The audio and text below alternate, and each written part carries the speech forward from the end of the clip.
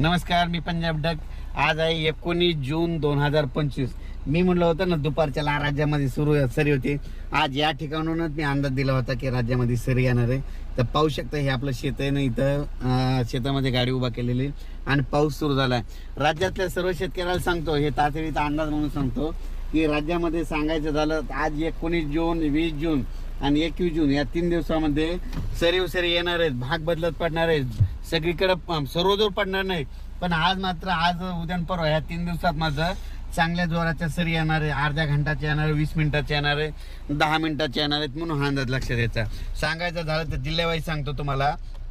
पुणे जिल्हा, नगर जिल्हा, धाराशिव जिल्हा, लातूर जिल्हा, त्याच्यानंतर बीड जिल्हा, त्याच्यानंतर नगर जिल्हा, संभाजीनगर, नाशिक तर खूप, उत्तर महाराष्ट्र खूप पडणार, त्याच्यानंतर जळगाव जिल्हे खूप पडणार, त्याच्यानंतर संभाजीनगर जोरात राहील, त्याच्यानंतर जालना देखील जोरात राहील, त्याच्यानंतर बुलढाणा देखील जोरात राहील, त्याच्यानंतर परभणी जिल्ह्यात राहील, हिंगोली जिल्ह्यात राहील, वाशिम जिल्ह्यात राहील, नांदेड जिल्ह्यात राहील, त्याच्यानंतर यवतमाळ जिल्ह्यात देखील राहील, धर्माबादकडे राहील, तेलंगणाकडून बी पडेल, त्याच्यानंतर विदर्भामध्ये अमरावतीकडे राहील, अकोल्याकडे राहील, वर्ध्याकडे राहील, अकोटकडे राहील. म्हणजे सांगायचं तर हे जिल्ह्यामध्ये मात्र ह्या 3 दिवसात मात्र पाऊस पडणार आहे.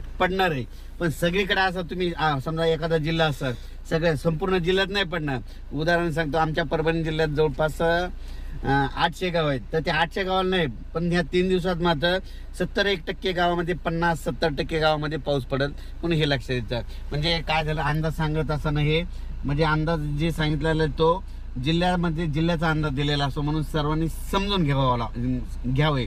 कारण की काय झालं, पाऊस सांगितलं की सर्वांना वाटतं आमच्या गावाला यावं, पण पाऊसच सांगितलाय भाग बदलत पडणार आहे. म्हणून सर्व शेतकऱ्यांनी हा अंदाज लक्षात द्यायचा. पण तुमच्यासाठी आनंदाची बातमी आज म्हणजे तुम्हाला एक सांगतो, 19, 20 आणि 21 ह्या 3 दिवस मात्र सरी येणार आहेत. जीवदान भेटणार आहे. ज्यानं कापूस लावला त्याला जीवदान भेटणार आहे. म्हणून हे लक्षात घ्यायचं. अचानक वातावरणात बदल झाला तर लगेच एक मेसेज दिला जाईल. आणि राज्यामध्ये आता वारं जे सुटलेलं आहे ते काय होणार आहे, 24च्या नंतर बंद होणार आहे, 25 पासून बंद होणार आहे. आणि पाहू शकतात हे दुपारचे 12 वाजून 47 मिनिट झालेले आहेत. आणि हे माझ्या शेतामधून अंदाज दिलेला आहे. आणि हे पाहू शकता पाऊस बी चालू आहे. हे आमचं शेड, या ठिकाणी ही सोयाबीन उगवलेली आणि पाहू शकता. आणि हे करत असताना शेतकऱ्याला सांगतो, तुम्ही तुमच्या पिकाची स्वतःची काळजी घ्यावी. धन्यवाद.